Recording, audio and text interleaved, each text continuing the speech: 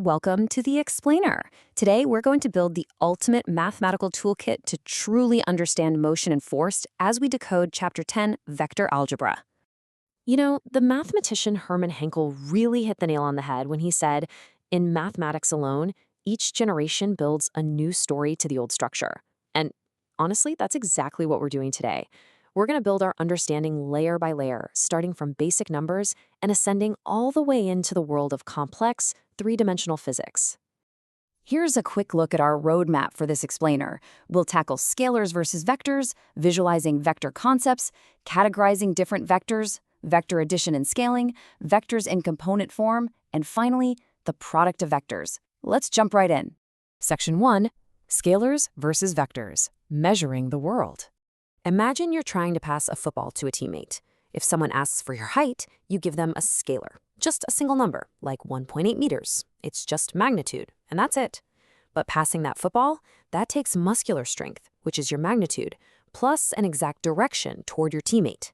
That specific combination of magnitude and direction, that's what makes it a vector. It's a fantastic way to see how we toss everyday measurements into two distinct buckets. On one side, we have scalars, like time, mass, and temperature. They just answer the question, how much? But on the other side, we have vectors, velocity, acceleration, and force. These answer how much and, crucially, which way. Section 2, Visualizing Vector Concepts, Drawing the Math. So, how do we actually draw this stuff on paper? We visually anchor a vector using a directed line segment. Just picture an arrow. It's got a specific starting spot, the initial point. Its precise length gives us the magnitude, and the arrowhead is the terminal point, locking in the exact direction. It's literally just a simple drawing, but it holds a tremendous amount of mathematical power. Moving to Section 3, Categorizing Different Vectors, the Rapid-Fire Glossary. Let's run through these quickly. First up, the zero vector. This is where the initial and terminal points are basically stacked exactly on top of each other, so zero magnitude. Because it starts and ends in the exact same spot, it can't even be assigned a definite direction. Next is the incredibly useful unit vector. As the name implies, its magnitude is exactly 1, or unity. We usually spot these by little hat symbol hovering right over its letter. You can think of unit vectors as your pure directional building blocks. And finally, co-initial vectors. These are exactly what they sound like. Two or more vectors blasting off from the exact same starting line. They might shoot off in totally different directions with entirely different lengths, but they share that single origin. Section 4, Vector Addition and Scaling, Combining Forces. Okay, so how do we actually combine these individual arrows into a larger system? We use the elegant triangle law to add them geometrically. It's super intuitive. You start with your first vector. Then, without changing anything about the second vector, you just shift its tail so it sits perfectly on the tip of the first one. Connect your original starting point straight across the gap to your final destination, and boom, that third side of the triangle is your resultant sum. Now, what if we multiply a vector by a scalar? We're basically just stretching or shrinking that arrow's magnitude. If you use a negative scalar, the arrow just flips around to point the exact opposite way. But here's the crucial part. It never gets knocked off its parallel track. It stays completely collinear. Section 5, Vectors in Component Form, the 3D Grid. All right, we've got the geometry down, so let's lock these floating arrows onto a 3D coordinate grid. This breakdown shows exactly how we construct a 3D vector. We split the purely numerical scalar values, your x, y, and z, from the directional vector components.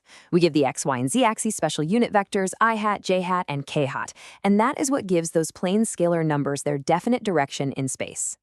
And if you want to find the exact length or magnitude of this 3D vector, it's beautifully simple. You literally just apply the famous Pythagorean theorem twice.